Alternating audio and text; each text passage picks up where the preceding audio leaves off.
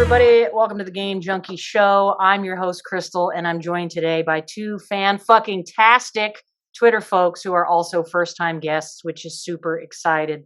You know who they are. Everybody, please welcome to the show, Jourdan. What's up? And Emjae, baby. Yo. So, yeah, let's really quick just kind of do a little break the ice just so folks can get to know you a little bit better. So, Jourdan, I'll start with you. What is your favorite video game voice actor of all time? Oh shit, what's her name? Fuck. Jennifer, what, you know her. I'm having a brain fart. Jennifer, what is she in? What does she do? What does she play? She's female chef. H. Old. I don't know. She's not that old. Huh? Just give me like 5 seconds. Female shepherd. Jennifer Hale. Okay, what? See, I was right in the Jennifer. I'm bad with names. Since you're looking at Google, what other characters has she voiced? Oh, you want me to do other ones? Yeah, I'm gonna have to look at that too. I mean, that was like her main, like the really big one where I heard of her. And I just thought she was phenomenal as Shepherd. IMDb. See, we're going like real. We're gonna like really break down onto her. She's also gorgeous, and I love her. Oh yeah, she was in Totally Spies. I forgot about that. She's been in a lot of like animations, video games. Apparently, she was in Wreck-It Ralph. Oh, Wreck-It Ralph. I said Ralph. Her name is Jennifer Hale. Yes. Oh, she was in Totally Spies, and that's great because I loved that show. You need it back. Wow, she's 50? She's done a shit ton of stuff, though. What? She looks fantastic. I know, right? Balder. Emjae knows who I'm talking about. Oh, and she's what's her face? She's Ash in Overwatch. Yes. Okay. Did you know that, Emjae? Yes, I did. Yep. I knew her name, like you didn't. And you didn't help? Yeah, I was literally like, hey. He did kind of leave me hanging. Over here. You just said it, yeah. Okay. It was. I had a stroke. It's okay. We're good. So, Em, what about you? What's your favorite video game voice actor? Carson, the guy who does Kratos. I mean, there's hardly anyone more recognizable than Kratos voice actor. That is actually true. What's his full name? What's his full name, Emjae? I believe it's Terrence Carson. What's his sign? What's his full name? What's his astrological sign? Yeah, what's his sign? Is he a top or a bottom? Actually, well, I'm going to say bottom. You think so? I'm going to say bottom. With a voice that commanding, he's used to people bowing to him. So I think he would like the flip. I think he might enjoy the flip. I can see that. So he's an Aries and he is a bottom. Got it. So then that will be before I introduce the topic for tonight. I think we might have to ask the Twitterverse, is Kratos a bottom? Oh. This might be a whole nother In the video games, he was not. I think he would have let Freya top him. I would let Freya top me. I was going to say, who wouldn't? That's the more appropriate question: is who wouldn't let Freya top them? I mean, I would think about perfectly reasonable. There's probably enough peanut butter whiskey that would allow me to allow that to happen with Freya. It's a good chance. Peanut butter whiskey? Yeah. What? Peanut butter whiskey is fantastic. It's delicious. I've never had peanut butter whiskey before in my life. Good, but screwball. Sounds weird. You got to get the right. No, it's absolutely delicious on the rocks. It's good. All right, I'll take your word for it. My word for it. So, yeah, let me introduce the topic really quick for everybody. Months ago, we had a random Twitter thread, and the three of us realized that we were really, really into character design, and a lot of that has to do with the writing, right? How well the character develops, how their culture supports other characters, and how those characters support them, how they fit into the worlds, and how the worlds are built around them. And then we decided, since we're a panelist of a bunch of swaggerific lesbians, we would focus tonight on the lesbians. Good God, my cat just tried to destroy the blinds in front of us. So tonight, we're going to focus specifically on our favorite lesbian characters. But it is important to note we don't like these characters just because they're gay women, right? We like these characters because they're really well written, okay, and they're good characters with good writing, and they happen to be lesbians. Cue on time the pussy in Jourdan's lap to perfectly segue Yes. into this topic. So, MJ, I'm going to start with you. Please share with us one of your favorite gaming lesbians and why you love this character so much. I can't say she's totally lesbian, but I have to claim her before someone else does. Cassandra from Assassin's Creed Odyssey. Ooh. And see, that's a dynamic that I definitely want to talk about, because depending how you play, like, she might not even be gay at all, depending on how you make your decisions, or she could be totally just like, tearing the clit up all over Greece exclusively. Yeah. So that is an interesting topic, because I feel like that's hard for me to articulate, but yeah, that gives you a lot of gray areas there, right? So that character could be gay or it may not be gay. Like, it's not established that she's exclusively that way. I mean, we all love Cassandra, but tell us why you love Cassandra. I mean, her voice. How can you not love a woman in armor? Oh, dude, that gruff Greek. Oh my gosh. Millicent Woot did a phenomenal job with her character. Fantastic. What about the abs, MJ? Do the abs count? I mean, yes. If you didn't watch her, like in her plain clothes, running around Greece, total like abs. I mean, how are you even playing? Yeah. Did you even play, bro? Yeah. Why don't you talk a little bit about like the story? I actually loved Odyssey. I thought the story was great. I liked the dynamic of like the family situation and how all that roped in. So kind of share your thoughts on how they kind of wrote and developed that character in her story arc. I mean, it starts off like kind of like she has like no clue in the world what she's doing, and then finally she finds her family, and shit just goes down after that, just downhill. So I'm very much a family woman,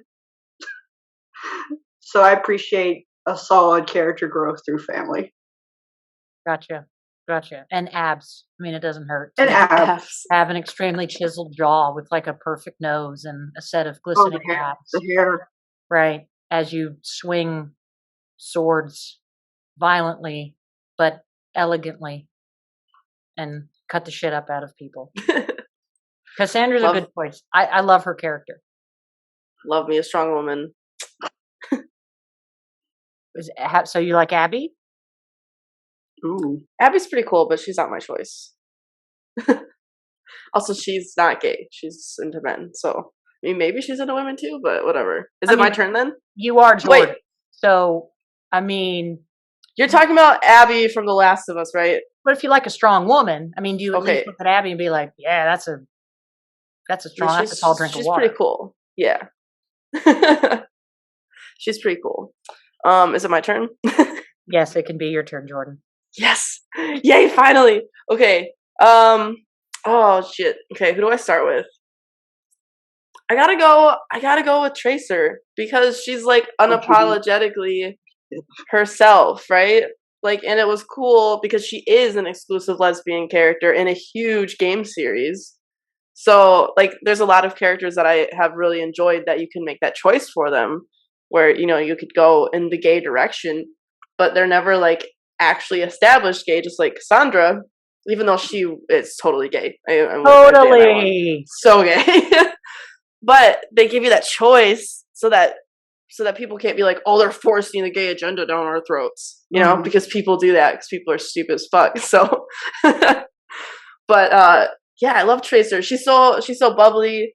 She, I mean, I love her attitude towards life. Like, she went through something so traumatic in the story. If you're at all familiar with Overwatch's story, she basically got stuck in like a time, like outside of time, because she was jumping around in time so much, so people would only get like blips of her, and she was stuck like that for years. until they figured out how to stabilize her, and she has to wear that big harness to keep her stable in time. But like the fact that she went through all of that and she's just so positive and strong, and like it's really, I just think she's a great character because that was traumatic. Like she went through some traumatic shit, and now she's a badass. I mean, she was before, but she's still a badass. It didn't break her, and she has a really cute girlfriend named Emily, and they're really adorable. This is from the game Overwatch. Yes. Mm-hmm. I've never played that because you're like Tracer's like super common and everybody knows it because it's the most popular franchise in the world, and I'm like, fuck, who's Tracer? Oh yeah, anybody who plays Overwatch knows exactly who Tracer is, of course. And then with Overwatch 2 coming out, they're talking about making it more story based, and I'm like really hoping that they give us something about her more in depth, like with her relationship. I think that'd be really interesting, and how like Emily ties into it. I think that'd be sweet. Based on your description of who Tracer is and her story arc, I would probably consider playing, if they make a more story-based version, I would consider playing it to experience what you're describing. I love the Overwatch story. It's actually, I liked the story more than I liked playing the game. I've read so much fan fiction. I just want to know like more about the characters, and I know fan fiction isn't actually about the characters, but it's fun like reading stories about them. I always read like the ones that I think are more realistic or based in reality instead of like the headcanon ones. But I think it's pretty cool. The story's great. I think it's pretty cool that video games create such amazing characters that there's millions of people out there literally writing their own versions of the lore, or like they're just so alike that I think it's pretty amazing. And I think it's incredibly like the talent of the people in the gaming community to sit there and write pieces of fiction that people want to read, or like draw. Like some of the drawings you see is I love fan art. Yeah, it's incredible. I think we all probably can guess which lesbian I might pick to start with. I mean, it's not like I don't think much about her. It's not like I haven't dropped any little hints whatsoever. She's one of mine too, but I wanted you to let you talk about her. That's my dude. Taking one for the team. I got you, homie. Letting me have first poke at Judy Alvarez. Because so great. What a fucking lesbian that. And see, I'm with you, Jourdan. It's so established. Minority characters really are kind of few and far in between, right? Em and I were talking about that as you were 4 hours late because you were taking a nap to get the show with my really hot girlfriend, by the way, everyone. Yes. We're not disputing the hotness. We're just disputing the nap time. Yeah, we're just disputing. We're just disputing that they were napping. I'm just throwing that in, and not no air quotes. We literally napped. Okay, we're just giving her shit. Yeah, I think it's pretty cool when diversity exists canonically, right? And we know that she's an established character, but I still think it's, if you play as a male, you can still develop this really great friendship with her. And in the beginning of the game, she's like kind of a hard ass and a little bit rude. And you're like, okay, wow, this chick was hot, but she totally fucking hates me. And then she doesn't. And she lets down some of that guard. And I feel like she is very authentic, like people are in the real world. And that's, to me, that's what I crave in video games with these fictional characters, is people that have these extra layers of they're like ogres and have layers. I love like ogres. Yes, and parfaits and onions. Onions. So I love the layers, and I love Judy's layers. And if anybody hasn't, I would let Judy lock me in a layer, by the way. If anybody hasn't played the newest versions of Cyberpunk, they have introduced more. You know how when you play the game and they'll like text you, and they have like, which I think is really cool because a lot of RPGs don't do that. She will tell her grandma about you. Like her grandma was, because I'm finishing up another run of this game, and her grandmother will text you and interrogate you, and you can really piss Judy off. It can affect your relationship. So I think those are really cool little like authentic details. Like we do that in real life, and I just think it's neat they introduced that into the game. But Anira Alvarez can get very spicy, like you would imagine anybody's abuela to get. I was gonna say. Yes, for sure. She is totally she's definitely a Latin grandmother, I can tell you that. So, back to you. Another Leslie. Okay, well, I can tell you one that I love to hate, which is Chloe. I hate Chloe with a passion from Life is Strange. She's so dumb. They make her. We were so saying our lazy. favorites, MJ. My most hated favorite lesbian, or my favorite most hated lesbian. There we go. But I don't hate her. when we were saying favorite, right? We were saying favorite in the sense of like how they're designed and developed. Now, I haven't played the series yet. So would you say her hateability, because we make up words on this show, is her hateability due to her arc and like she's well written as an antagonistic character, so she does fit that favorite, even though like you don't like her? I can say yes as an antagonist. Yes. What, Jourdan? What? I did not think she was an antagonist. For me, she was an antagonist. I've never played the series, so you guys describe. I'm trying to go around it for you because I do want you to play Life is Strange. Yeah, don't really you spoil have to say it. some stuff that might be like a little spoilery. If you think you can, like, okay, this is an interesting. Now I kind of want you two to have a mild debate on why you think she's an antagonist, and Jourdan on why you think she's not an antagonist. This might be a really interesting dynamic. I love debates. Oh, it's been a while. Let's see. She pretty much drags the character through a ton of shit, and I think that's kind of what an antagonist is supposed to do. He drags another character? The main character through a ton of shit. Okay. Like emotional baggage shit, kind of? I guess we could say that, yeah. Okay. I don't feel like that's spoilery at all.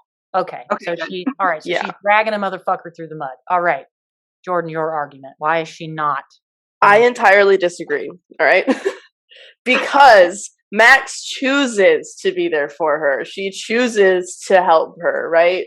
Like, yeah, she like Chloe kind of starts something with whatever that fucking fuckface kid is.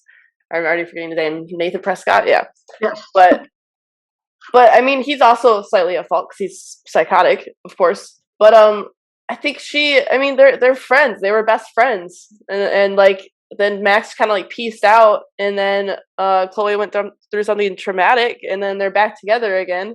And I don't think Chloe is purposefully like dragging her through shit. I think Max wants to help her because she's her friend and she loves her. So I don't see it as like a antagonistic relationship, I guess, because they're also kind of going through this together, and Chloe's helping her throughout, the story. Yeah. I never read her as an antagonist type. She's definitely annoying. I'll give you that. I do think she's annoying because she's like that girl in high school, which was a lot of girls who just had so many problems and like would fight about it and like cause a scene and like. But I think she had a lot of character growth throughout that game from the beginning to the end of it, and where like I think she got better as she went on, especially like with her dad, like that whole or her stepdad, that whole relationship. I don't know. I feel like she's not the worst. It's interesting that you say that because I feel like in a lot of, or at least in my opinion, some of the better written characters who are intended to be evil or viewed as evil always have a backstory as to why they are that way. So there's some level of sympathy that you have for them being that way. Yeah. Her dad died, and they go into that in the game, and you learn how like more specifics of it. If you play Before the Storm, which is a prequel to Life is Strange, the first one. I would still suggest playing Life is Strange first, and then play Before the Storm, even though it's a sequel. Played in order that was released, but it's heartbreaking, and it hurt her a lot. Like losing her dad really like changed her life. It made everything a lot harder for her. And I think, especially people who might have close relationships with their parents, like, a parent death when you're in high school or middle school, she was pretty young. It's just heartbreaking, right? And that can really affect somebody. That can cause a lot of trauma. And it was like, I don't know. It might be slightly spoilery. I'm not sure.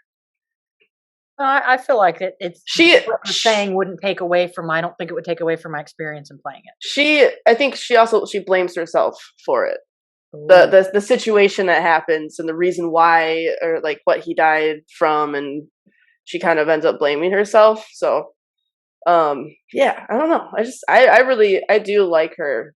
I feel for her because she's obviously been through something extremely traumatic.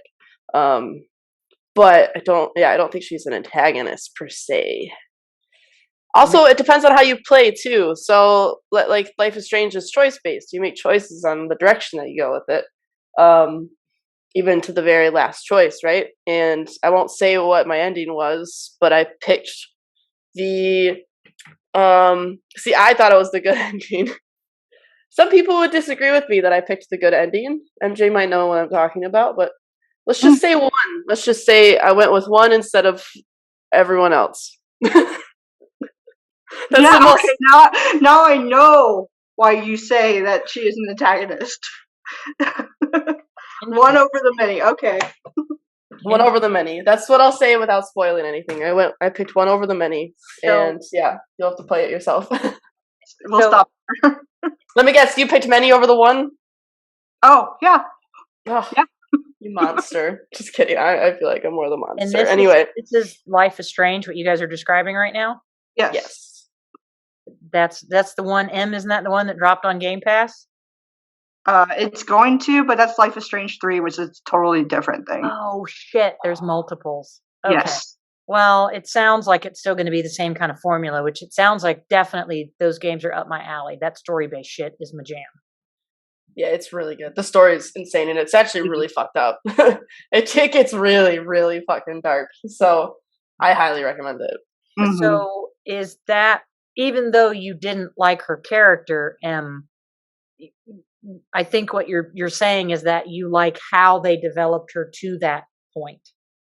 Oh yeah, no, definitely. I think Life is Strange is very well written, and I think as an antagonist that she was written as, it's good. As the antagonist that she was written as, dude, I totally won that argument. Who won? I'm not. You're a mediator, Crystal. On spoilers in order to explain my thought process, but that bitch is toxic. She is downright toxic, and she does not learn. Okay, but here she's been traumatized. Okay, I'm going to play whatever version drops on Game Pass and try it. I probably am not going to go back and play the older ones. It's not that big of a deal. But okay, it's not that big of a deal if you spoil some stuff on the older ones. If you need to say it to make your argument, I want you to make your argument. You got to play. I'm not going to. You have to play them.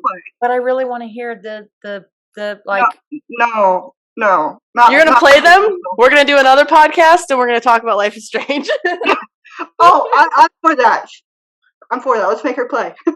Yes. Boy, that'd be a great topic too. There's so many games that people make me play. Life is Strange takes like less than 10 hours. Faster than that. You can get through it pretty fast. I love that.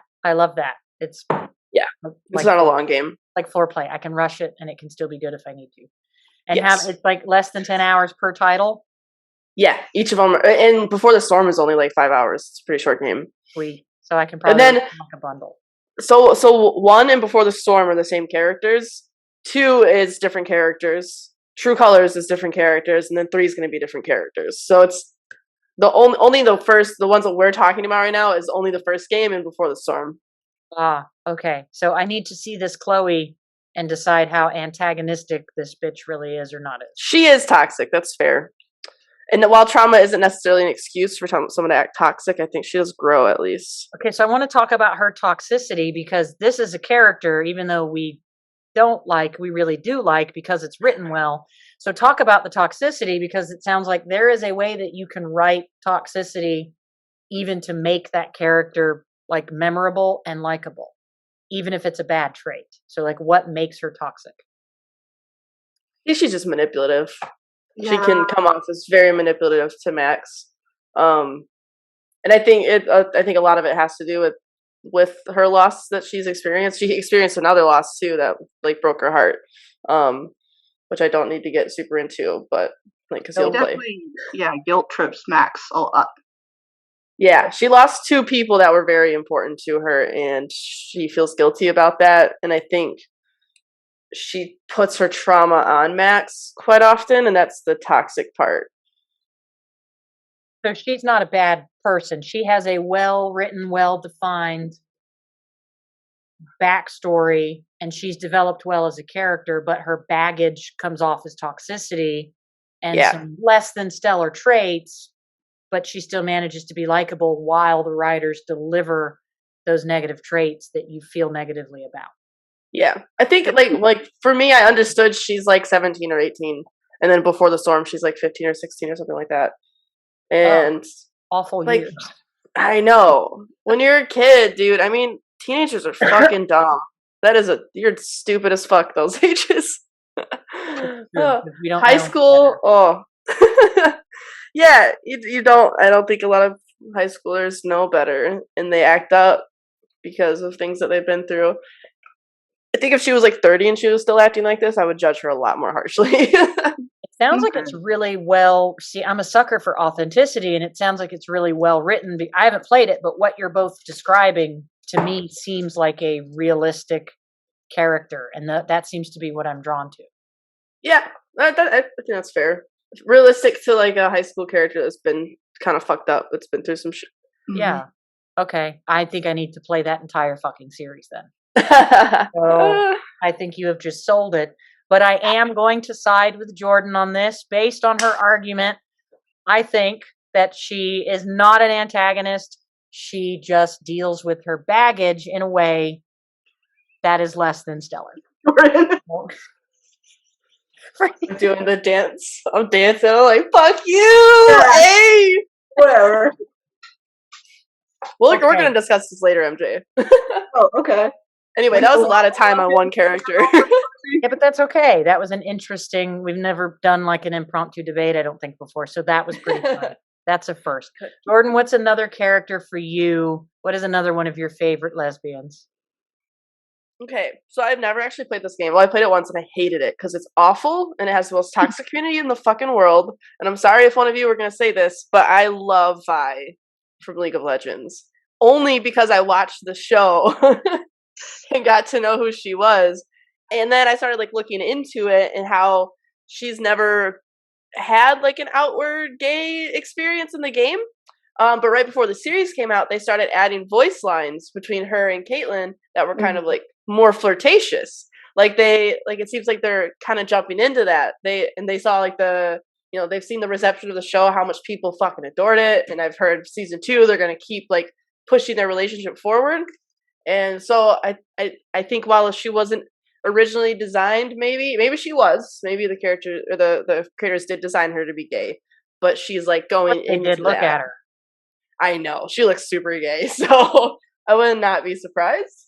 But yeah, I loved her. I mean, she was just such a badass. She was so cool, and I don't know. I've never had a sister. I only had brothers, but I can imagine how much it would have hurt to go through what she did with, and how much she blames herself and puts on herself for what happened to Powder. What's the Chowder?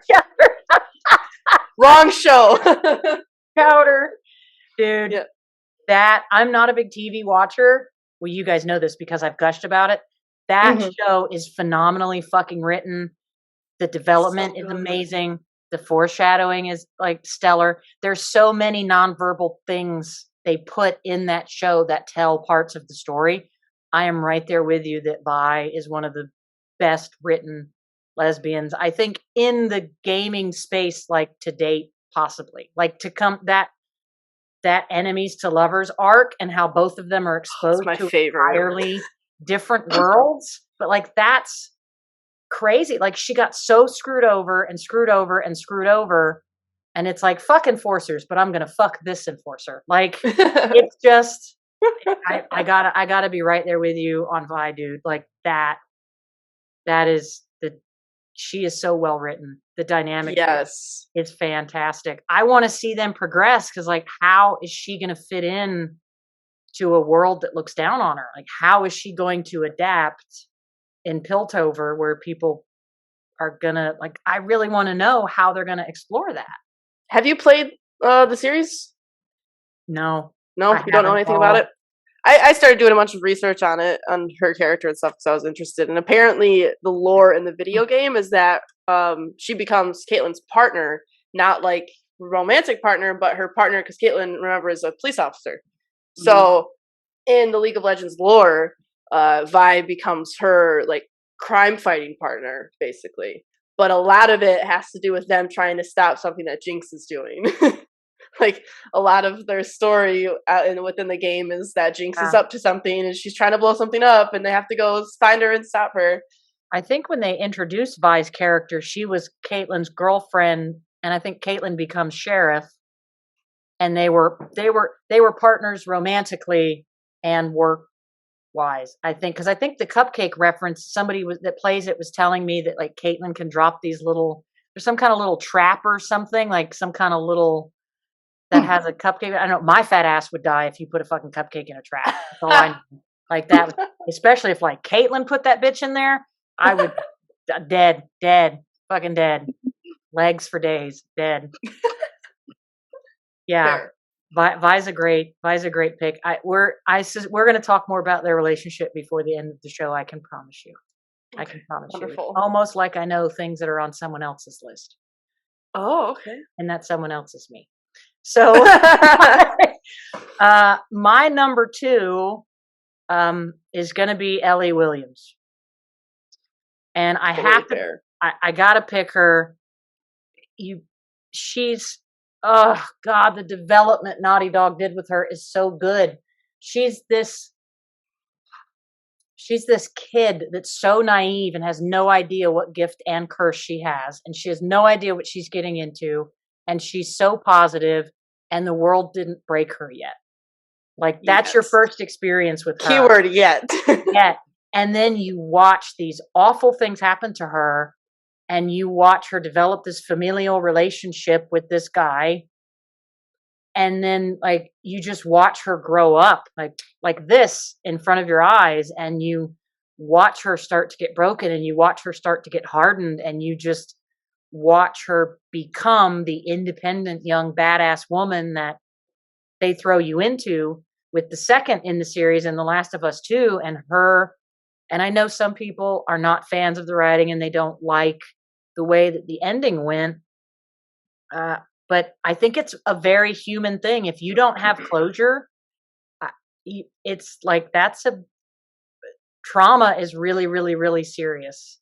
And when you don't have closure from trauma, sometimes us humans do really stupid emotional things that don't always make sense. And I just think her arc is just absolutely brilliant. So I'm going to have to pick her as my second favorite because I just think the writing is incredible, and I just love watching her develop to be like so wholesome, really broken. I hated her for a little bit and got really mad for the Oh, dude, I art. was pissed at her in Why parts did of you leave that. Jesse? Stop. Give it up. You're obsessed. Like, let it go.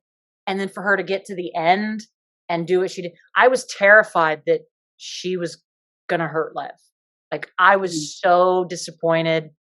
I was, Yeah. I was a bundle of nerves, and I liked that she did what she did in the end because, in my opinion, the parallels of that game is what made it stellar. Abby for Lev is what Joel was for Ellie. And that broke me. Like as a player, I'm like, God damn, this is so emotional. So that's why I would pick her, is just because that arc to me was just incredible, and it was heartbreaking, but it was also explosive. So Ellie 100% agree. is my number 2. Emjae, is Ellie a protagonist or an antagonist? I would go with protagonist. What about when she gets to that arc where she like ditches Jesse and she's hell bent on revenge, and she's being more careless with how many people she kills? Mm. It's hard, right? It is hard. It is hard because it's also a completely different world than ours in a way, just because of how apocalyptic it is. So I think that makes the emotions that much worse. In that she's kind of just straight up almost alone. so Would yeah. any of us be any different though if we were inserted into that environment? I mean, right? The survival instinct. I have really bad anxiety, so yes, I would be in the corner of a room, shaking, rocking back and forth the entire time. I'd probably kill myself, to be honest. If I was in that kind of situation, nope, we're done. I'm not dealing with this. Bye. I would wimp out, pussy out for sure. Yeah, I think it might be an interesting. When I was the first time I had played Cyberpunk, getting to the end, I'm like, this is fucking awful. Like, really? This is how it's going to be for me. And there was an option where I thought, like, a reasonable option of this might be to just end it. And I don't want to spoil too much of the ending, but there are options in that direction. And I feel like that's a very human thing to do. So I think the other question here, we're going to get away from the lesbians for just a minute and imagine that we're Joel, right? I think it's easy to say, if your kid could cure my suffering and prevent everyone I love from suffering, I might kill your kid, especially if it comes to my kid's life. Yeah. But my own kid's life, like, nobody would sacrifice their child for the good of the many. Totally fair. I did feel like Joel was pretty antagonistic. See, the thing, like the antagonist or protagonist kind of thing, I think both Ellie and Abby are both protagonist and antagonist because it depends on how you view it. From Ellie's view, Abby is an antagonist to her. She, takes care of Joel and she goes crazy and she's pissed. So she thinks that what she's doing is right because she's avenging Joel. She's like, he took care of me. I need to take care of him in like the only way that I can now at this point. So, and she acts awful, like because as you're playing this, like especially what something I experienced was once you get to Abby's playthrough, I was pissed that I had to play as her. I was like, how dare you make me play as her? Like, I want to know what's going to happen to Ellie. And the way that they stop, like, what's happening, and you're like, what the fuck's going to happen? And now you're going to make me play as fucking Abby for 8 hours? Like, I was so angry. But by the end of it, I was like, dude, Abby's awesome. Like, you go through this whole shift while you're playing it where you're like, I don't want to do this. This is stupid. Why are they making me do this? To like, oh, I get why they made me do this now. It was actually, in my opinion, I really liked the story. I thought it was done very well, and I thought it happened how it would have happened. Like, it made sense to me. Some people just hated it, but I was like, no, this is totally what would have happened. I mean, with Ellie's unchecked trauma and everything she had been through, like, yeah, it was not going to be a happy, like, I wanted it to end at the farm, but I knew it wasn't going to end at the farm because there just was no way. Ellie can't be happy like that. Because she hasn't actually dealt with her trauma yet. And yeah, I think in that case, she was kind of an antagonist, but also a protagonist. I mean, and then same as Abby. I feel like a lot of people would probably agree with me on that one. I feel like you're speaking my inner thoughts. We're so vibe checked on that one. And what are your thoughts on I hate it, but I have to agree with her. It's like we all love Ellie so much, but she's also kind of a monster. Like, but how many video games exist out there that make the same character both a protagonist and an antagonist? How many games are capable of making someone a hero who's trying to do the right thing and also a monster who's on this ridiculous quest that you don't agree? Like, and make you feel that deeply. Like the topics, the podcast topics. She keeps going off onto these other podcast topics. Like, you could make a whole series of this. Stop it. That's true. That's true. That's actually like what makes this show so great, is because everybody just takes it where they go. And I definitely think there's multiple podcast topics that have broached That's true. in the conversation, which is ideal. It's perfect. It's wonderful. Don't scorn her. Yeah. What the fuck? She's going to smote you with her mighty sword. I got a lot of feelings, bro. Anything else you want to touch on Ellie M before we circle back to you? Nope. Jourdan is very articulate there. That just, we're good. We can move on. She did really nail that. She did Yeah. really, yeah. An extra gold star, Thank you. Jourdan, on the lesbian card. All right, so M, what is your third favorite, or maybe most favoritist lesbian in the gaming space?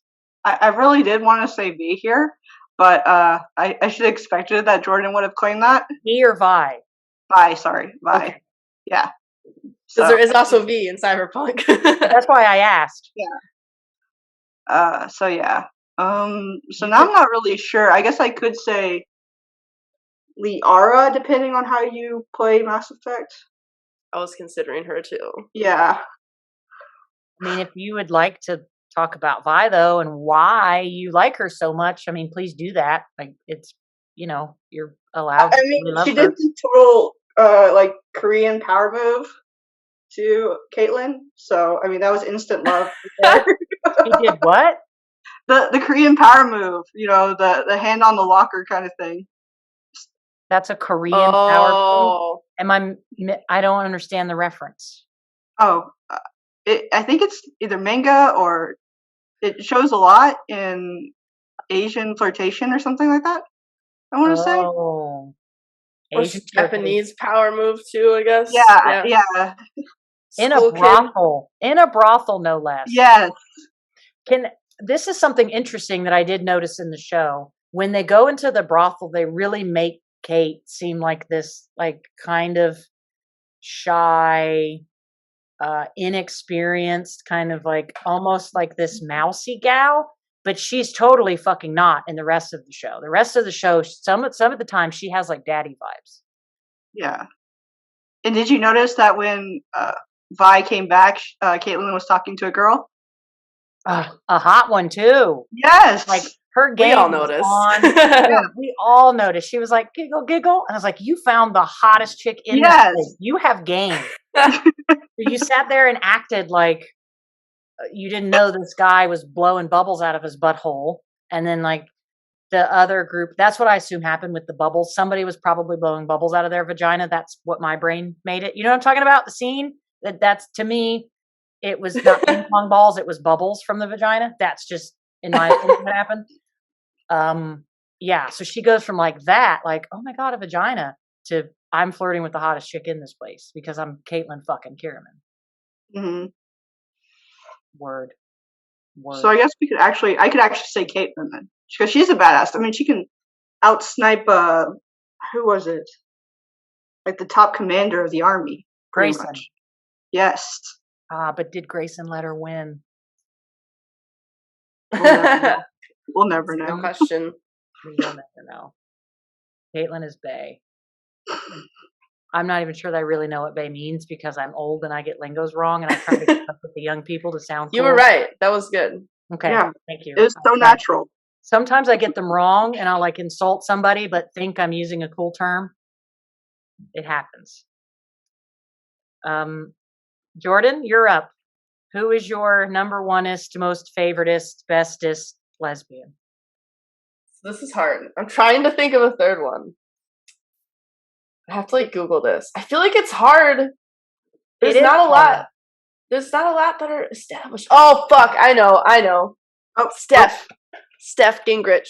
But this is another Life is Strange game. She's in she's actually in the original Life is Strange games, and then she shows up in True Colors too. Right.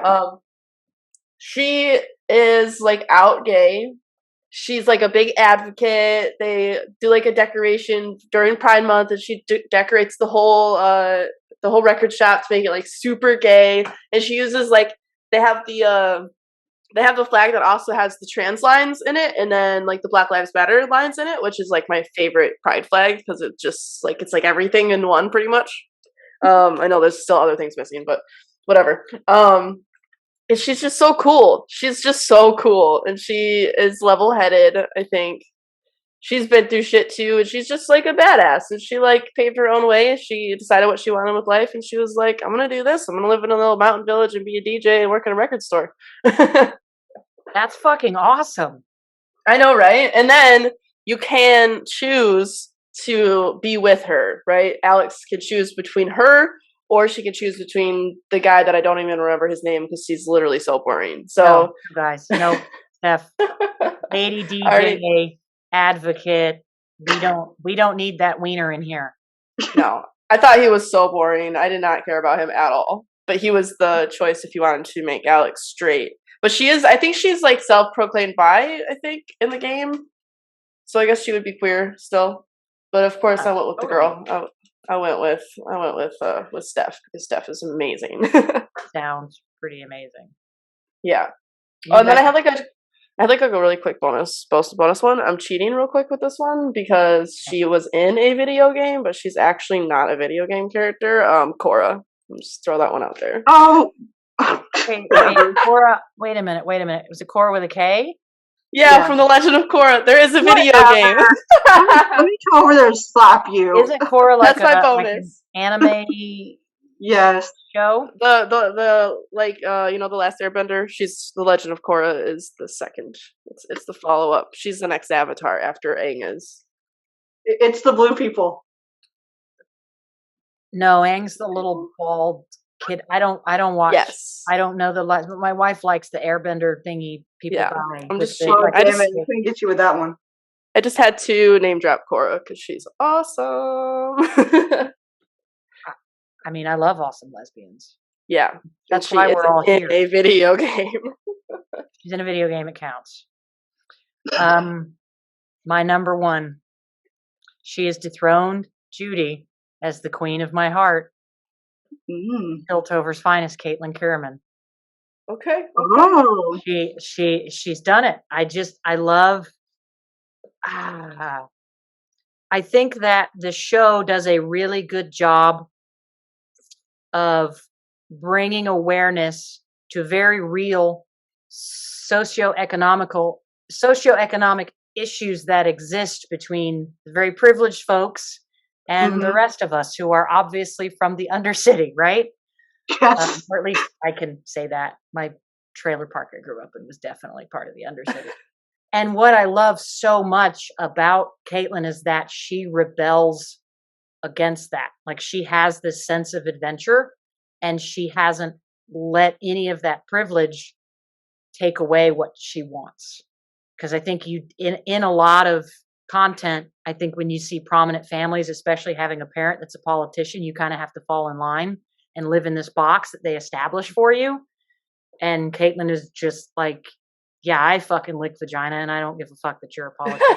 Or like what all these like poshy rich people think about it. So I just love that she's like extreme. She's the most caring, sweet person there is with the biggest heart, but she never judges Vi. At least I don't see it, which I think is pretty awesome. Maybe judge the way she ate that weird worm shit, but like Fair, which who wouldn't? Yeah, I mean, but if you think about that, they're living, they don't have any natural light. So to me, it was another reflection of what you lose without the privilege. It's like every time they're in Piltover, there are a lot of references when they're stealing of like wasted sandwiches and wasted food and like healthy foods like vegetables and cupcakes and shit. And underneath Cupcakes. Yeah. Underneath, like there is none of that. They eat this weird, squishy seafood shit because it's all they have access to. So it is very much a difference of worlds, but I like how she doesn't judge and she's able to insert herself in Vi's world in season 2. I hope she inserts herself in Vi something else. But yes, Vi's world and she fits in, even though that's so different than what her life is really like. And I just think that makes her an awesome fucking character. And she's so hot. She is so hot. She's so hot. And like, and that accent. Oh my God. The chick who voices her, I would probably in real life, just for her voice. Like I would the voice is just incredibly sexy. I'm just gonna splooge right now. She's Dude, talking and I'm like, it's coming. I know her voice is so hot, but like she's British, so she speaks like the best English. Like their English is better than our English. So like, the words that she says are just super, and she is just super hot. She has a lot of assets that are very curvy and wonderful. graced on very long legs. Technically she's not Pixels. I mean, she's not real, but I'm still allowed to thirst, and I am, because I think she's Yeah. awesome. I've seen some real good cosplays. That shit's real. Okay. Oh my god, I love cosplay. The people who do cosplays are so fucking talented, and it's insane to me. There's this girl on TikTok that does an amazing Vi cosplay. Like, I'm obsessed with it. It's so good. Also, I shouldn't say girl because I don't know. They might be a they, them. I guess I should say it. But that's they fine. are fantastic. You should. Can you send me that link, Jourdan? Oh yeah, yeah. When I find it, I'll send it to you. I want to see it, but I don't have the Tiki Talkie, so you can still watch them, right? And I still yeah, you can. I don't have TikTok. Who doesn't have? I'm like such a boomer. Who doesn't have TikTok? This fucking. I love TikTok. I spent way too much time on it. Yeah, I'm not on it. So does anybody else want to gush about Caitlin Kierman before, or am I like the only person who needs to get a giant drink of water because the thirst is so. How many lesbians have probably been converted to League of Legends now by Riot? I think Riot did the good talk with that one. Yeah, Riot. I mean, I still hate it. Game? Yeah, I'm not gonna you play try it recently? Fuck League of Legends. You tried it again though. No, I did not. No, Fuck that game. The game sucks, okay? League of Legends sucks. I'm saying it now, League of Legends is garbage, okay? Garbage? Fucking garbage. Garbage game. Everybody who plays it hates it. Like, you ask somebody, they're ashamed to say that they love League of Legends or that they love playing it.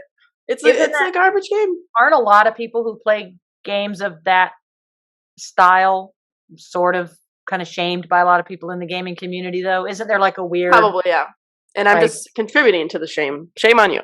And you're contributing to the whole garbage talk, Jourdan. Yeah, no, I'll say it now. Garbage. These developers created some of the best characters that we've ever seen in the industry. They're lesbians, but it's fucking garbage. Yes. Typical. It's so funny. Garbage. Also, it's not a PlayStation exclusive, so I don't want to play it. Yeah, that's right. And mobile gaming isn't really gaming, so we can't. Yeah, I don't actually do that, but I don't care. I do. We're just having, we're just having fun with the stereotypes now. But we don't need to play League of Lesbians because Netflix and Fortiche and Riot have given us League of Lesbians on our televisions, and it's fucking epic. It's true. Can we just talk about how hot Mel is too? Remind me who Mel is. Yeah. Mel Medarda. She's like the richest chick who's got the... Jace is fucking her. Oh, yeah, she's gorgeous. Gorgeous. Holy fucking crap. Probably, in my personal opinion, the most attractive one on that show. 100%. Like she's like a goddess, dude. She is gorgeous. She has the most perfect like skin and hair and facial features. Like she looks like she was sculpted by like the Greek gods and goddesses. Yes, sculpted her. She's gorgeous, and she's so sweet. She's great, and I love her. You think she really likes Jace, or is she manipulating him? I think she likes him. Her personality, it really turns me off. I do like her. Is it her grandmother?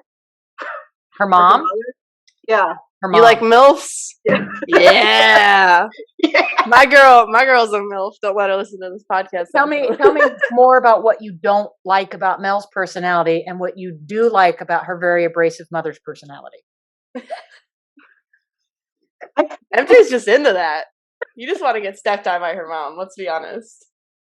Let's be honest. I'll be less honest, but yeah, I don't like the sneakiness of politics. I feel like her mother is just a straight shot. I will kill you now, versus the workaround. That's super fair. I can see that. I'm glad you said that because I question if Mel's being a sneaky snake. I feel like she is, but I'm too trusting. I think that she's great and she totally loves Jace. So, but I mean, just gonna wait for her to shatter my expectations next season. I don't know. It's okay if it does. It's okay. Are we more likely to trust characters that we think are very physically attractive? I mean, in real life, I feel like that is a dynamic. Like if you meet somebody Yeah. If she looked like what's his face, I'd not trust her at all. I'm already forgetting his name. I forget all the men's names. Which Silo. Is that his Yeah, name? Silo? is that that's like Silence. No. Jinx's like adopted dad, isn't it? Silco Xander. Asylum. Silo. Oh, Silco. Silco. There you go. Yeah, he's Oh, creepy I as don't fuck, dude. like him. Do we Well, think he's really he's a dead? snake. Yeah, Really? I don't he's know. a snake. He's He's a a snake. snake. So he's probably not. He probably slithered away and he's still alive. Probably. His eye probably fell out and like produced another genetic clone of him. The real him was in the He eye. grew. He grew Yeah. from the eye. The Yeah. real him was in the eye, and he was just like a sleeve. So now he's like Silco 2.0. Yeah, I mean, probably. they can see it from the water. That water would grow that. I want to circle back to Cyberpunk really quick. Judy Alvarez is pretty fucking amazing. If Pan Am were gay, would we like her just as much? Because I'm going to say no, because Pan Am was kind of whiny and bossy. Mm.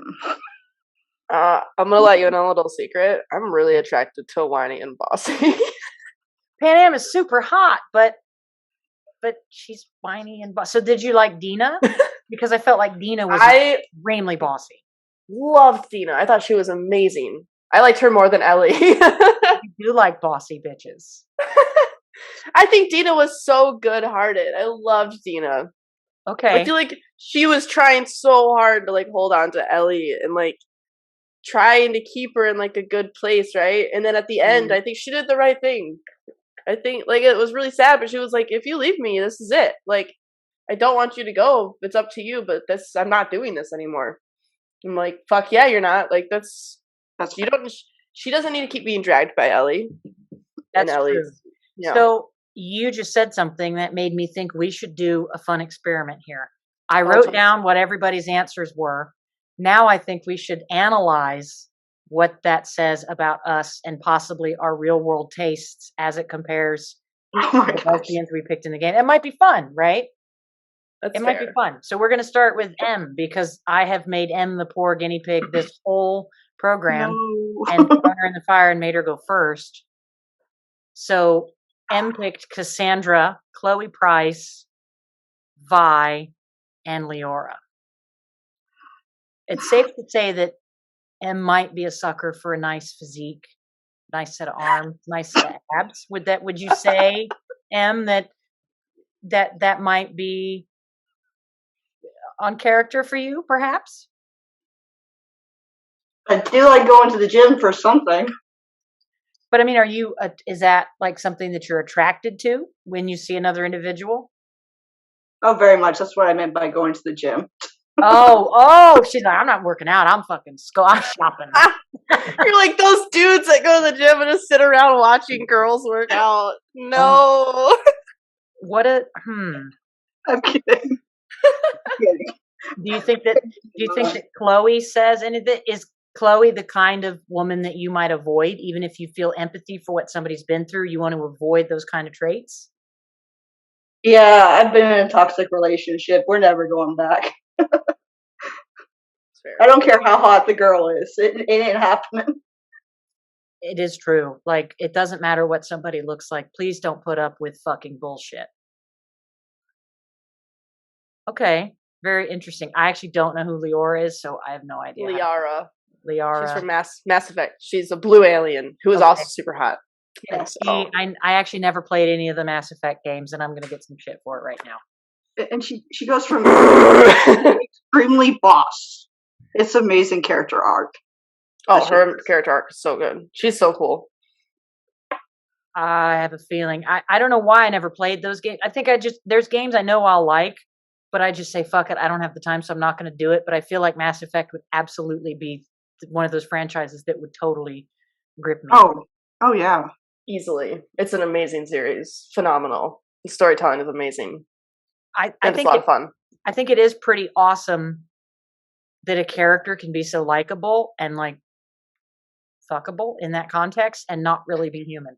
That's what I think is so cool, is that like, I mean, it's fictional sex, right? Mhm. Obviously, but part of gaming is to insert yourself in that situation. Obviously, inserting yourself in others things too. But it's cool that we're like, that's an alien and I would totally do that if I had the chance. Yes, in a I'm fictional definitely not way. xenophobic. That's for sure. Is that xenophobic means? I don't know. Yeah, I think xenophobia does mean like the fear of other like Yes. cultures or species or Hmm. something. I don't know. That sounds right though. That sounds right. And I think Liara has like a good thing on sex. Like she can give like mind as orgasms. Mind orgasms. Yeah. Yes. She has sex with her brain, dude. Hot. Okay, let's talk about that because I was a little disappointed in Avatar where they were like, the ends of my hair contain my dendrites, and we're going to feel each other through the synapse of our. Is that kind of the Okay. same thing? Oh, So Liara's culture, that it's in Mass Effect lore, her species often sleeps with different species, and it's actually bad. It's considered bad to be, what do they call it, like a purebred or a pureblood yeah. or something like that. So I think what they do is they're able to like find the other races and the other cultures and sleep with them, and I think that they like sleep with them in the way that that culture does, and then they also do like the mind melding too. So it's very like so when she sleeps with Shepard, she's doing stuff that Shepard would like, and it's like that doesn't make any sense because that's not how she reproduces at all. But she also does the mind stuff, so I say hot. And so let me ask you a Smash, question. smash.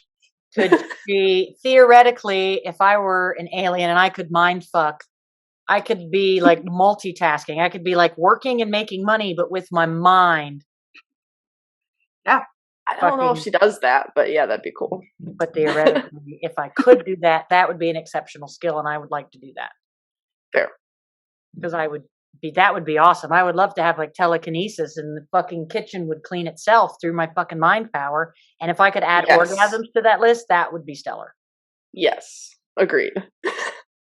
Okay, I'm down for that. I'm digging that.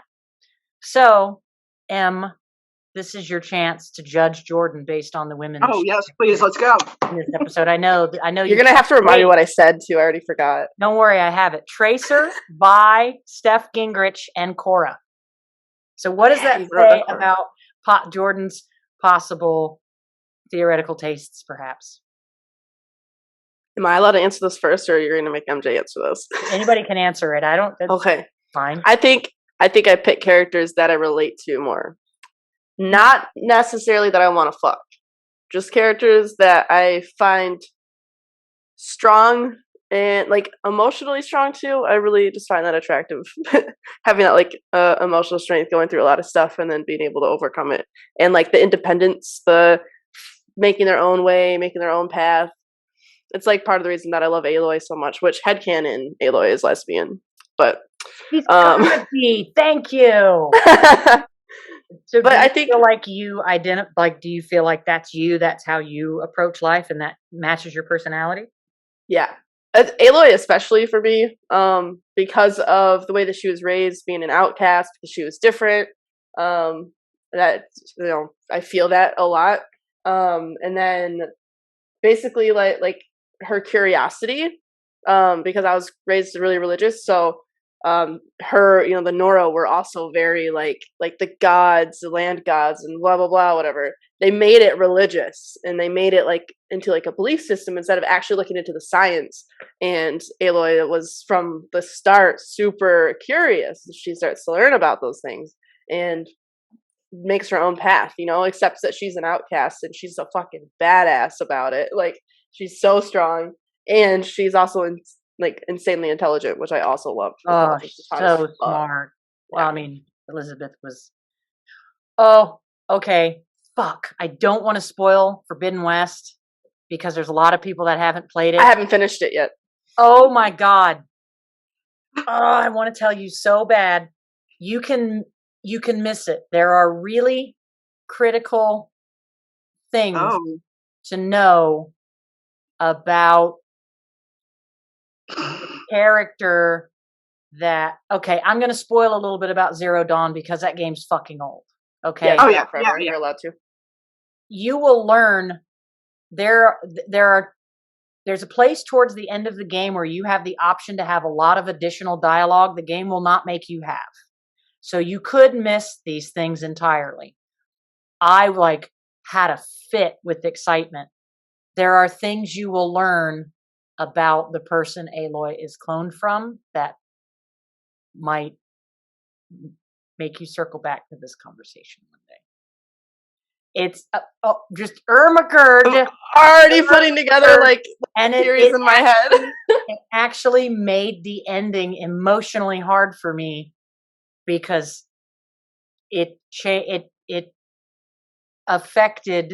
absolutely affected how I emotionally viewed one of the characters, and it gave me hope for different ideas involving that character, and it's totally missable. So when you get towards the end of the game and you're starting on that last kind of tread to finish the storyline up, I would encourage you to participate in all the extra dialogue options between Aloy and a very particular character. I know which character you're talking about. I actually loved that character a lot. But I mean, I was shocked. There's so many mind-blowing moments of that game. Dude, I'm not done yet, but there's already been so many moments where I'm like, go and do it. Go and do it and get to that part and then message us in the chat. I reached 50% yesterday, 50% completion yesterday. I helped the Quen. I went down into Pharaoh's, whatever. I did the Pharaoh part. Oh, fuck. I hate that fucking guy. Yeah. So I just finished that part. So that's how far I am with the story, which is pretty far. And I went back to base and I talked to Gaia and everything. Yeah, jump through the storyline. The progression is interesting. With the way they reward you with, it makes sense to do the storyline first and finish that up and then go do some of the other stuff. But like, you have to come to at least me and be like, oh my God, like Jourdan, fucking get there, please. I was so excited. I was how many more chapters are there after that? I think I'm on it's like chapter 12 or something like that, considered after you go to Pharaoh's place. Which kernel is Ted? I don't remember what kernel that is. You get the Omega clearance so that you can go get Hephaestus. Okay, you got a little ways to go after that ending. The ending, like the battle stuff in the ending. I'm so excited. Go through it. Do it. I loved it in Jourdan. I'm assuming that they're probably going to do something similar with that big battle and everybody comes together and the machine control and everything. I did not think Guerrilla could make a story. And I know some people don't like Jourdan. That's fine. You don't have to like it. It's not fine. You're a piece of shit and I hate you. But like, I didn't think Forbidden West could be that good. I have all my faith in it. Okay. So far too, I'm loving it. The ending is very emotional for a lot of different reasons, and please get there. Am I gonna cry? It does make sense that Aloy's. I mean, right now maybe she's asexual. I don't know, but like, how many people would really be sleeping around when that much weight rests on their shoulders? Like all that pressure, the last thing she's thinking about is And I've noticed that's been like a really heavy theme that they've really been like forcing in your face almost with like Varl and what's her face, Talana. Like, okay, but her and Talana have chemistry. Yes. Oh, I ship them so hard. You ship them. I ship them. That's right. You guys taught me what ship meant. I was like, what does that mean? I totally ship them and not that happy with how it goes in the game, but keep playing. Have you played Forbidden West yet? No, I haven't even touched it. Waiting for that PS5. It's actually very good on 4. My neighbor got it on 4. I was very impressed. It runs well. It is absolutely beautiful. I want that haptic feedback. I can't blame you for haptic It's feedback. Really cool. I have to admit, it's the first game that I've played on my PS5 where I was like, oh, I get this. Like, I get why they added this as a feature. like opening up crates or trunks or doors, like it pushes against your finger, right? Or like like if you find one of the weapons, like you shoot a weapon off of an enemy, you feel that like the trigger will like click in every time that you like shoot. Like it puts that pressure, then releases it real quick, and then puts pressure again and releases it. And Yeah. you're like, dude, this feels so cool. It's dope. And then if you like fully if you fully draw a bow and you take your time, the pressure will start getting significantly harder. Yeah, On it's so cool. That's lesbian exercise. I'm really good with my fingers. Yeah, Just ask we're my all girl. probably pretty good. So it's that's why we're skilled. If anybody's wondering, is because we've had a lot of dexterous finger exercises. I have so much sex now. So much sex. Not to brag, but I have so much sex now. Well, you're still in the honeymoon phase. Yeah, I know. Yeah, it gets worse. I'm just kidding. I mean, are you kidding? Am I kidding? Yeah. No, I'm married. Like that phase always wears off. Anybody who's watching this who's married is probably like, yep, totally. Like it's in spells. Like it's definitely like there's ebbs and flows of it. And that's like, yeah, totally life. But it's awesome. Take advantage of it while you can. Get plenty because Aloy's not getting any, so get extra for her. I know. Would you two like to psychoanalyze me based on my list? Oh yeah, let's go for it. Let's do it. I picked Judy Alvarez, Ellie Williams, and Caitlin Kierman. Not necessarily all characters I want to fuck, but most of them I probably would. Yeah, Ellie's too young for me. Playing like the first game and like having her like be that little girl, right? And like knowing her as that. I don't care if she's like over 18 now in the second game. Oh, no, I don't. Still like she's a baby. She's little and I need to protect. Yeah, I need to protect. The other two, on the other hand, totally would fuck both of them. I mean, I probably would. If you like animated me and threw me into their environments, I would probably start by humping their legs. Why did you pick them? I'm trying to think of like correlations between those characters. I feel like all three of them have something very specific in common that I feel like I have as well. A vagina. Joke's on you. No, just kidding. You don't know what I got. What did they have in common? Shit. Caitlin, Ellie, and Judy. I mean, they're all super strong women. Independent. Mommy issues? I don't know. I mean, want to point out I'm almost the same height as Caitlin Kierman. She's 6 foot and I'm 6'1.5". So that is nice. That is a little commonality. I don't know. What do you think? I can't think of it. They're pretty diverse, it feels like to me. They are. They are pretty diverse. Very different characters, like all of them. But I think even though Caitlin comes from a very privileged life, I still think all of them are very layered. And all of them are they are where they are because of the issues that they've been through. And even though Caitlin is very privileged, I still think that she's kind of fought against that. And she was like the misfit and didn't ever fit in. I think all three of these people have, I've never fit in. And I definitely have a past that's been very tarnished with a lot of heartache and challenges. And I had a very rough childhood. So I feel like I relate to these people because my layers have been forged from the things that I came through. And I can be, that's a good point. When I first meet people like in real life, I can be very intimidating and like not talk as much and kind of give a cold look and like figure people out and come off a bit harsher than I really am. And I feel like all three of these chicks totally do that. So that's why I picked them. Because that's a very good point. Yeah. So we kind of like circled back to the onions and the ogres.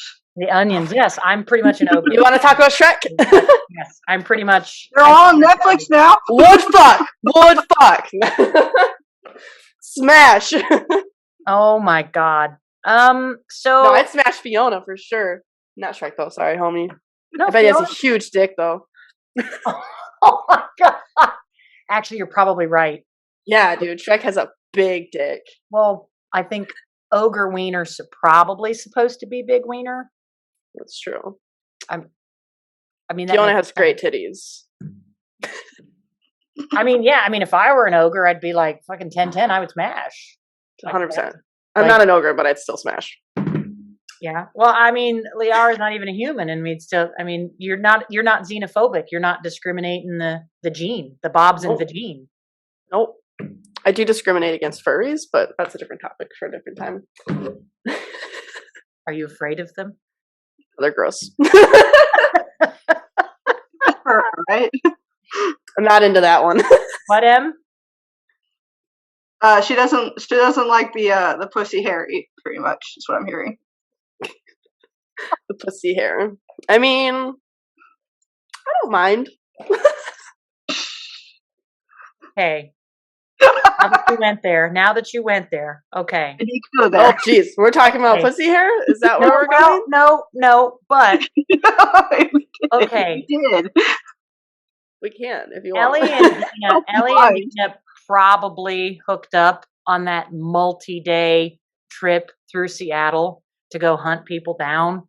They're not in the cleanest conditions. Like Ellie's Oh, I didn't think about that. days, That would have been she's in rank. the water, like even when they're like in the little weed shed with the weird like Smash Brandy's cooch porn. Brilliant, Yes. like brilliant wordplay there on that game. I'm still like, y'all have been out on patrol and you're probably like sweaty, even though it's, I don't know. Gross. I don't know why I think of these things, or like Caitlin and Vi rolling through the hot, gross Undercity. That's like Oh, super yeah. steamy and warm. Like you probably want to, but did they take advantage of Kate's room is the question. I don't think they did. I don't think they Probably did. not. They're a little preoccupied.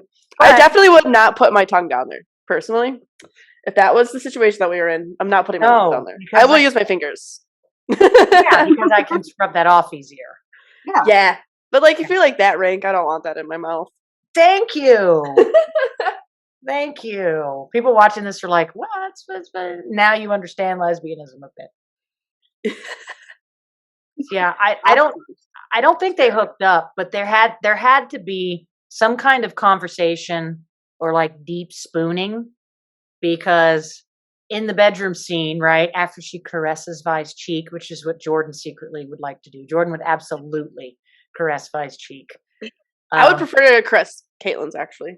I would definitely caress Yeah. Caitlin's cheek. But the scene cuts, and then later in the rain, when she says, "What about us?" There had to be some kind of conversation or some kind of physical something for you to know there's something that strong between the two of you. I don't know, man. They also just had really good chemistry. Oh my God, they have the best chemistry. Yeah, they have amazing chemistry. It could have they might have never spoken about it, but they could feel it. It is true. And they were both aware that they could feel it. I love when that's what's cool. See, like when human actors play roles and they have chemistry, it's cool because that's their job. They're actors. But how do you give animated characters chemistry? That's the thing. And like, I feel like that's harder to do. I feel like that's really neat when like video game characters feel like they have chemistry because they're not. Yeah. quite- They I did guess an they amazing are job kind with of- that. They are acted the same way though, aren't they? I mean, there's a person behind it. It's just Yeah. And I animated. guess if you're a bad voice actor, you might not be able to put forward that chemistry if you're an otherwise good voice actor. That's true. Isn't Haley, Vi, the Haley chick, the singer girl, Vi's voice? Yeah. Fuck, Haley, I forget her last name. come on, Em. Help us! Not this one. Haley, Steinfeld? Yeah. I don't remember. yeah. So does that mean they'll make Vi? I think they should make Vi sing at some point and take advantage of Haley's voice. Ooh, that would be cool. Maybe she serenaded Kate. I would serenade Caitlin. 100%. Okay, now I'm going to be disappointed if it doesn't happen in season 2. You set sorry. up my expectations. I fucked it all up.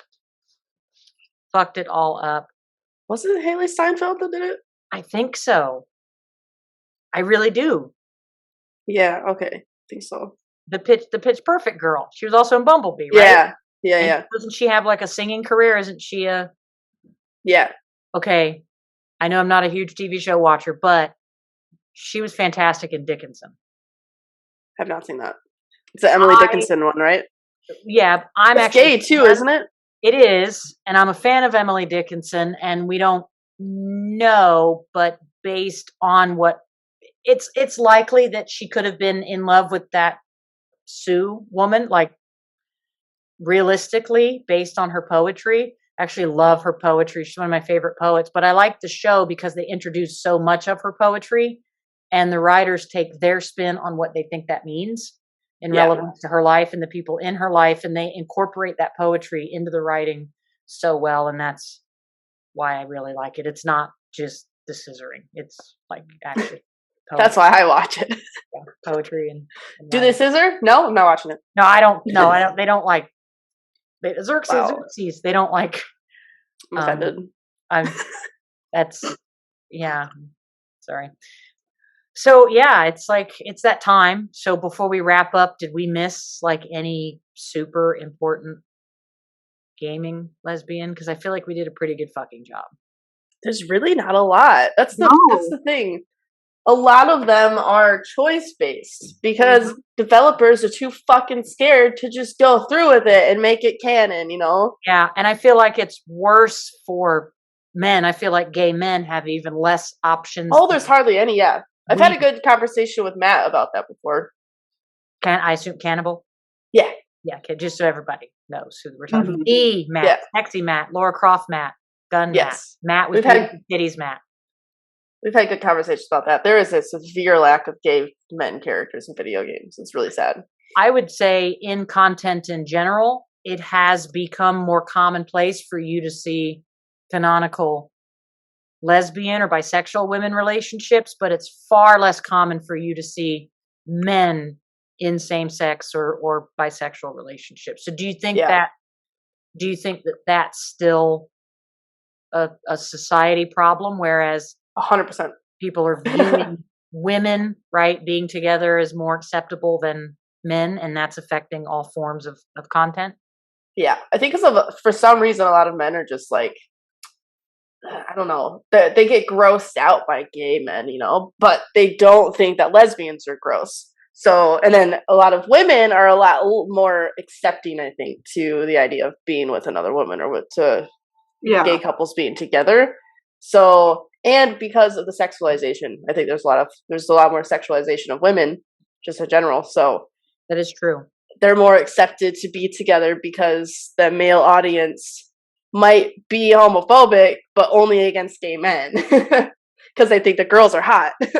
Right. I mean, and if we do look at what creators make, they make beautiful characters. They intended to make them physically attractive. Like they could have made them look like anything they want, and they made them look like extremely attractive people. I mean, but that's Hollywood, right? I mean, you watch movies and it's, you know, they didn't have to pick Angelina Jolie to play.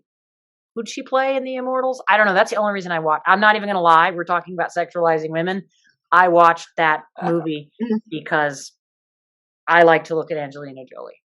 That's fair. And I'm that. I think she's a brilliant actress, but like we're all human, and she's also super hot. Yes. So I mean, I'm not saying it's a bad thing, but I do see what you're saying is that it's easier to sexualize two women, especially two feminine, attractive women being together, because then it becomes a male fantasy. Yes. And it's less. And I think that's a big reason why you see more.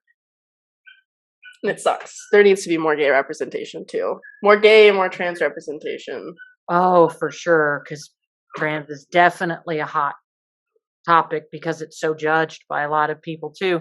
Em and I were talking earlier that there's a lack, at least in what I've seen, based on my opinion, there's a lack of lead characters that are Latin or Black or even like Asian. There's not a lot of strong, because a lot of JRPGs and Japanese content still make like it's a lot of white characters.